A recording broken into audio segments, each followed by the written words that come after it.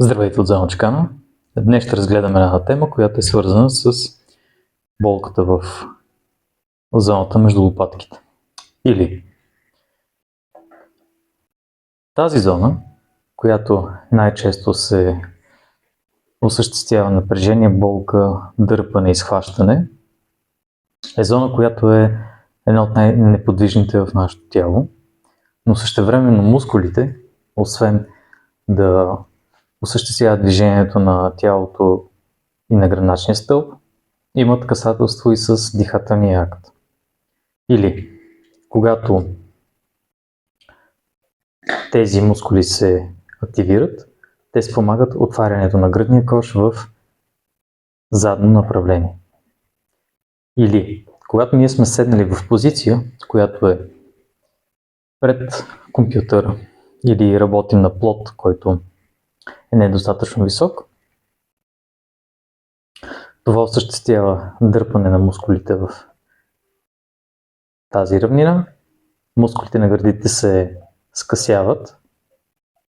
Ние придобиваме така познатата ни пригърбена стойка и тези мускули единственото, което могат да направят е да се стегнат, от което се нарушава кръвоснабдяването към тях, нарушава се кръвоснабдяването към прешените в този регион и се пораждат редица неблагоприятни въздействия върху горната част на тялото. Сега ще покажем един много лесен начин да си помогнем първо да се подобри дихателния акт, да спомогнем дихателния процес да даде неврологична реакция и отговор тези мускули да се отпуснат и ще облегчим болката и най-вече чувството за ограничение и дискомфорт. Упражнението ще бъде в два варианта, малко по-лесен и по-труден, защото ще се изисква да застане на колене, а другия лесният вариант ще бъде в изправена позиция. Упражнението изглежда последния начин.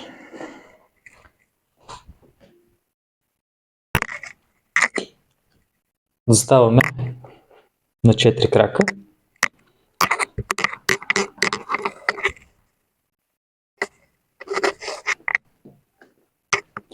Раменете и дланите са на едно ниво. Бърдичката е леко прибрана и натискаме леко и финно тялото в дланите. И от тук вдишваме, издишваме, вдишваме, издишваме, вдишваме, издишваме.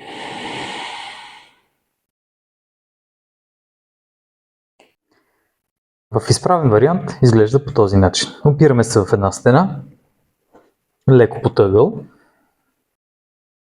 раменете са долу, тонизираме гръдния кош или леко изпъчваме гърдите, притискаме цялото тяло в стената и осъществяваме същото нещо. Вдишваме, издишаме, дишаме, издишаме, дишаме, издишаме. Опитваме се през цялото време да чувстваме как гърба се разширява. Много е важно да са тонизирани гърдите, за да може да няма вдигане на рамото и то в никакъв случай да не участва в движението, защото ще генерира допълнително напрежение във врата и в раменете, което ни е крайно излишно. Двете упражнения, в зависимост от варианта, който се избере, могат да се правят 3 пъти по 10, 3 пъти по 15.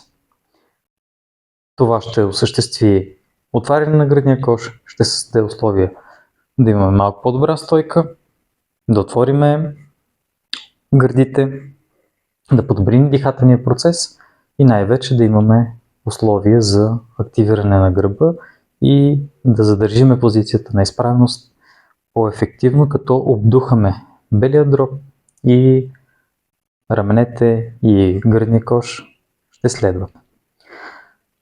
За още съвети и препоръки, моля, следвайте Зоначка канала в YouTube, Facebook страницата ни и на живо. Всичко добро и до скоро!